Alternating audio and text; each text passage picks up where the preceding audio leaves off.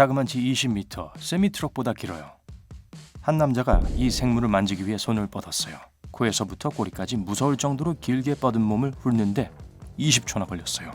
직접 세어보니 거의 30초네요. 뛰는 심장과 반짝거리는 검은 눈으로 여러분을 먹이로 인식하며 노려보는 무언가에 손을 대고 있기에는 제법 긴 시간입니다. 물론 그는 평소보다 조금 천천히 걷고 있어요. 그에 반해 심장은 세차게 뛰고 있고요. 이 생물체의 이빨 크기는 그의 손만 해요. 그 큰 이빨들은 거대한 턱에 나란히 자리 잡고 있어요. 만약 여러분이 저 입 속에 서 있게 된다면 친구 한 명이 여러분 어깨 위에 올라가야 겨우 입 천장에 닿을 수 있을 거예요. 이건 이 남자의 반려동물입니다. 금붕어 같은 거예요. 단지 클 뿐이죠. 바로 메갈로돈이에요. 엄청나죠? 메갈로돈은 약 2천만 년 전 여러 바다를 위협한 거대 상어입니다. 약 1300만 년 전 무게 60톤에 육박하는 이 거대 괴수가 지구의 따뜻한 바다를 지배했어요. 그런데 어떤 이들은 아직도 메갈로돈이 가장 한적하고 깊은 바다 어딘가에 서식한다고 믿고 있어요. 여러분은 이 고대 상어를 항상 흥미롭게 생각해왔죠. 그래서 화석 사냥꾼이 된 거예요. 금전적인 보상도 굉장합니다. 18cm에 달하는 이빨 하나가 수천 달러에 거래되니까요. 지난 몇 년 동안 여러분은 전 세계를 돌아다니며 이 고대 물품을 찾아 꽤 잘 살아왔어요. 최근 오래된 친구로부터 한 작은 도시에서 인근 광부들에 의해 메갈로돈 이빨 한 무더기가 발견됐다는 소식을 전해 들었어요. 친구에 따르면 이 소식은 아직 공식적으로 알려지지 않았다고 해요. 그래서 여러분은 그곳에 가기로 합니다. 다른 화석 수집가들의 귀에 이 소식이 들어가기 전에 어서 가봐야죠.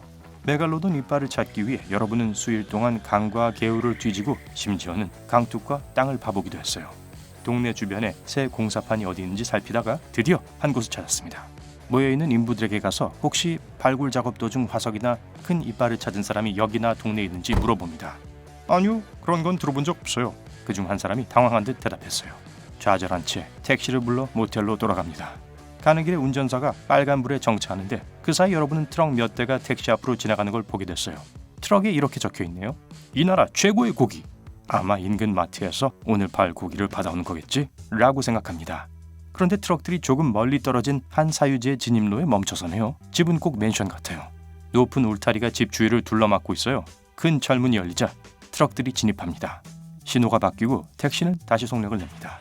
운전사는 백미러로 여러분을 쳐다봅니다. 그가 묻지도 않은 질문에 답하듯이 말하네요. 이 요상한 과학자가 살고 있다고 해요. 아주 요상해요. 외출을 거의 안 해요. 그때 직감적으로 이 동네에 더 머물러야 할 것 같은 느낌이 듭니다. 뭔가 낌새가 이상해요. 엄청나게 큰 집에 걸맞는 삼엄한 보안. 혹시 친구가 말한 메갈로돈 이빨 한 무더기를 저 사람이 찾은 걸까요? 으리으리한 걸 보니 화석화된 메갈로돈 한 마리를 통째로 발견했을 것만 같네요. 저 벽 뒤에 뭘 숨겨둔 걸까요? 결국 그날 잠을 설치고 맙니다. 집착적인 호기심에 이끌려 한밤중에 그 과학자의 집으로 갑니다. 그냥 두 눈으로 직접 보고 확인하고 싶었던 거죠. 가까이서 보니 울타리가 더 높네요. 게다가 강철이나 티타늄으로 만든 것 같아요. 분명 뭔가 숨기고 있는 게 분명해요. 벽을 따라 걸어 뒷마당으로 들어갑니다. 맞은편에서 마치 기계나 펌프에서 웅웅대는 소리가 들려요. 부러운 녀석. 이빨 팔아서 큰 욕조라도 샀나 보군. 속으로 콧방귀를 꼈어요. 울타리를 오르기엔 너무 높아요. 하지만 근처에 나무가 있는 게 보입니다. 나무에 올라가서 조심스럽게 벽을 붙듭니다. 양손으로 잡고 다리는 반대편에서 허우적댑니다. 손가락을 펴고는 쾅! 아야! 세게 부딪혀 착지했지만 무사히 안으로 들어왔어요. 뒤를 돌아서서야 드디어 보게 됩니다. 커다란 원형 수영장이에요.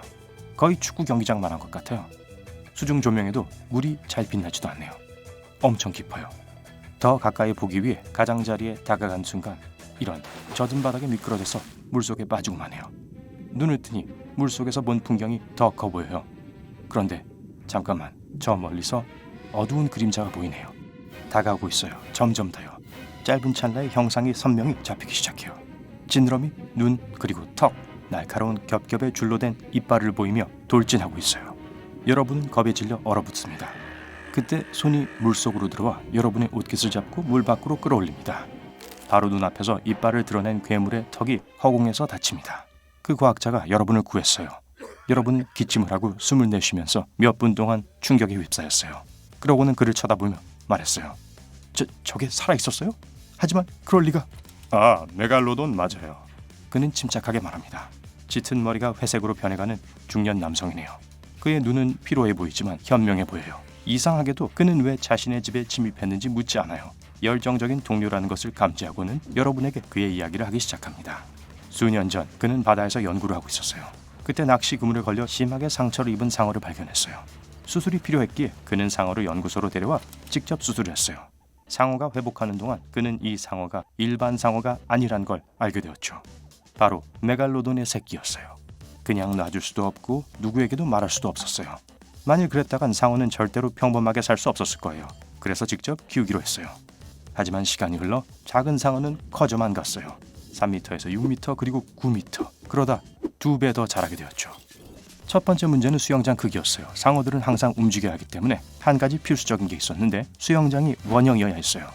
돌고래 한 마리는 7제곱미터 공간이 필요하고 그 크기가 메갈로돈의 10분의 1인 것을 감안하면 이 상어를 위한 수영장의 지름이 70m는 되어야 합니다.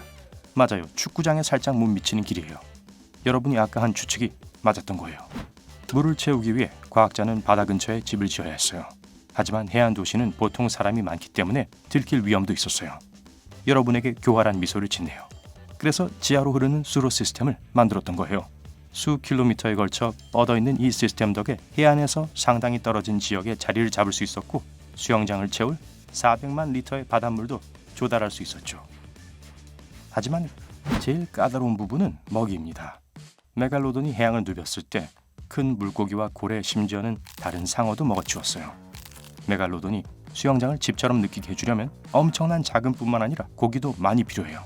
하루에 1100kg의 고기를 먹거든요. 다 자란 황소 한 마리의 무게죠. 그래서 트럭으로 고기를 들여오는 거였어요. 메갈로돈은 활발한 물고기였어요. 항상 움직이며 사냥을 했죠. 지루함을 덜어주기 위해 과학자는 고기를 큰 물고기 기계에 답니다. 그 로봇은 수영장을 자유롭게 돌아다니고 메갈로돈은 항상 이 로봇을 잡으려고 쫓아다닙니다. 그러다 보니 이 금속 로봇 표면에는 이빨 자국이 나 있어요. 로봇이 심하게 훼손되면 과학자는 수영장에서 꺼내서 고친 다음 다시 물에 넣어준 것을 반복합니다.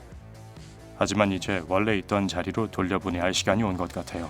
저와 제 가족들은 15년 동안 반려동물로 잘 키워왔어요. 하지만 이제는 정말 보내줘야 해요. 혹시 절 도와주실 수 있나요?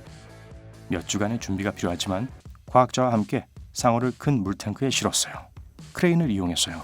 물탱크를 배에 싣고 해안으로부터 멀리 항해를 나갑니다. 배 위에 실은 크레인이 상어를 바다로 돌려보내자 과학자가 여러분에게 큰 메갈로돈 이빨을 줍니다. 여기요, 받으세요. 도와줘서 고마워요. 상어가 떠나는 모습을 보는 그의 눈엔 눈물이 맺혀 있었어요. 하지만 이번엔 이 이빨은 팔지 않기로 결심했어요. 이건 추억을 위한 기념품이니까요.